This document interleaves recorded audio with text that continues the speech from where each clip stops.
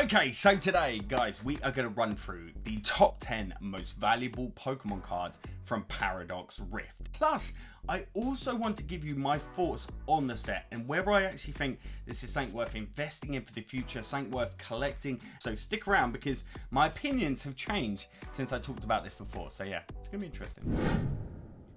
Okay, so we're going to jump into the top 10 first, then we are going to follow up with my thoughts, opinions, and potential investment advice around this set a little later on in the video. But first, as always, if you're new here to the channel, make sure you hit that subscribe button. We're trying to get to that 25k mark next, so let's see if we can do it. And also give the video a like if you enjoy this sort of stuff. We very much appreciated. I do also want to throw some caveats in here around like the pricing and everything, and that is, my dog has just run in. It's my baby girl!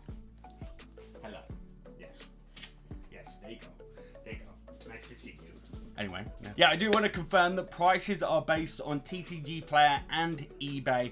And of course, my thoughts when it comes to investment, they are of my own. These aren't guaranteed things that I think are going to happen. So just bear all that in mind when we're going through this video. Anyway, let's jump into the list, shall we?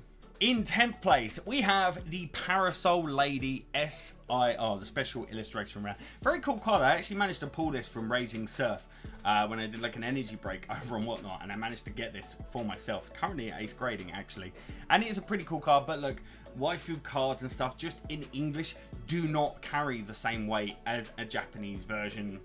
Not 100% sure on why, but I wonder if it's something to do with that they're just very widely collected in Japan, and in Japan, English cards just don't have the same popularity because the print quality is shocking. But anyway, this card is coming in at around the £28 mark. In 9th place, we have a gorgeous card, the Altaria EX SAR. That's a bit of a mouthful to say that, but anyway, it's another gorgeous card, really nice artwork. It's one I didn't really realize was in this set. The value of this card is coming in around the £30 mark. In 8th place, we have the Garchomp EX, and I'm shocked at how much this card is currently going for, because I love this. I'd actually probably say this is maybe my favorite card in the set, this Garchomp, the SIR. I think it's absolutely gorgeous, but it's coming in at like £31. In 7th place, we have the Professor Sada's Vitality SIR. Yeah, it's a pretty cool card. Another one, it's weirdly, it actually does have a little bit of value along with the next card coming up. But again, they're not hitting the heights of Japanese numbers. Maybe this is good as well. Maybe there's a playability factor to this card, which is making people want it. But anyway, coming in around £32. Before we go any further into this, guys, I've got to let you know, I'm actually taking part in the world's largest virtual card show, the Whatnot Card Show 3. I'm going to be going live on November the 17th at 10:30 AM, and I'm going to be doing slabs and singles and actually giving some of these away. Like, look at these beautiful cards here. The Tag Team Magikarp and Wowlord, the Chinese version with that Ace label. It's going to be an absolutely awesome event, and I hope you guys come and tune in to see what I'm going to have on offer on the day. And if you do, make sure you use my link in the description to sign up and get your Whatnot account, because then you'll get £10 credit that you could use on my stream or anyone else's stream and basically get some free stuff, guys. So yeah, make sure to use my link when you sign up to Whatnot. Come and get involved. It'll be good fun, and we'll give some stuff away, and we'll talk some nonsense and break some packs. It's going to be awesome, so make sure to tune into the Whatnot Card Show 3, the November 17th, and come check me out, guys. Links below. In 6th place, we have Mela, another SIR trainer card, another cool card coming in at around the £34 mark. In 5th place, a big chase card for me in this set is the Groudon. What a cool card this Groudon is. It's awesome. It gives you that Team Magma Aqua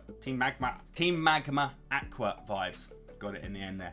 But it's another really nice card coming in around £36. In 4th place, we have Iron Hands EX SIR, and one of the very cool things about this that someone did point out, the ability is awesome. It allows you to get an extra prize card when you knock something out with that card, which is, that's just amazing. That's a potential two knockout win there if you're knocking out EX cards or Vs or V-Stars and stuff like that. It's a very cool card. So yeah, this is definitely going to be good. If it ever gets banned, obviously the price will drop on this, but as it stands, you can get it for around the £40 mark.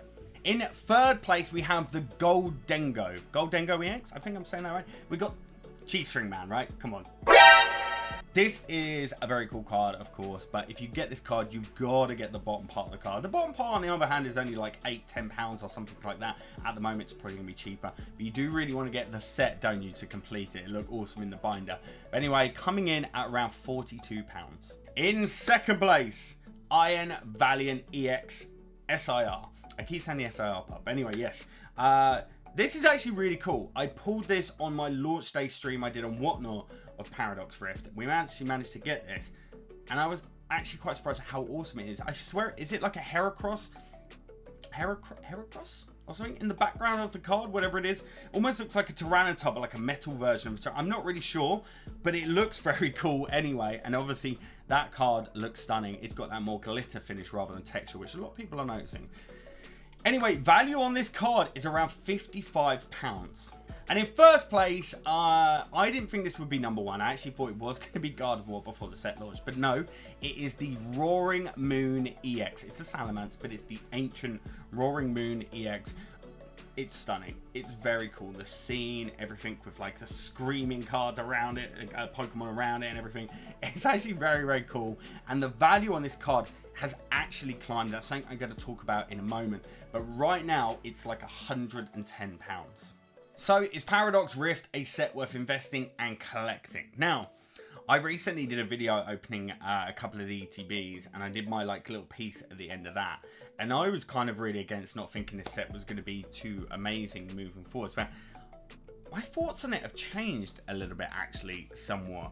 Because the thing that is most interesting to me about this set, and I'll show you some cards to give you an example, is a lot of the prices seem to have flattened out already, and actually even a couple of them have started climbing in value, which is very rare for a set that has just come out. Normally, prices will just tank over a 2 to 3 week period until they start to bottom out, and then eventually, when the sort of hype's gone, they maybe start to pick up a little bit. But now they've already kind of bottomed out already, and that does surprise me, which makes me think like there's a couple of reasons that might be. One is that I'm not sure how many people are actually buying and opening the products. I've seen a lot of comments on my videos with people saying they're just not interested in the set, so they're not opening products.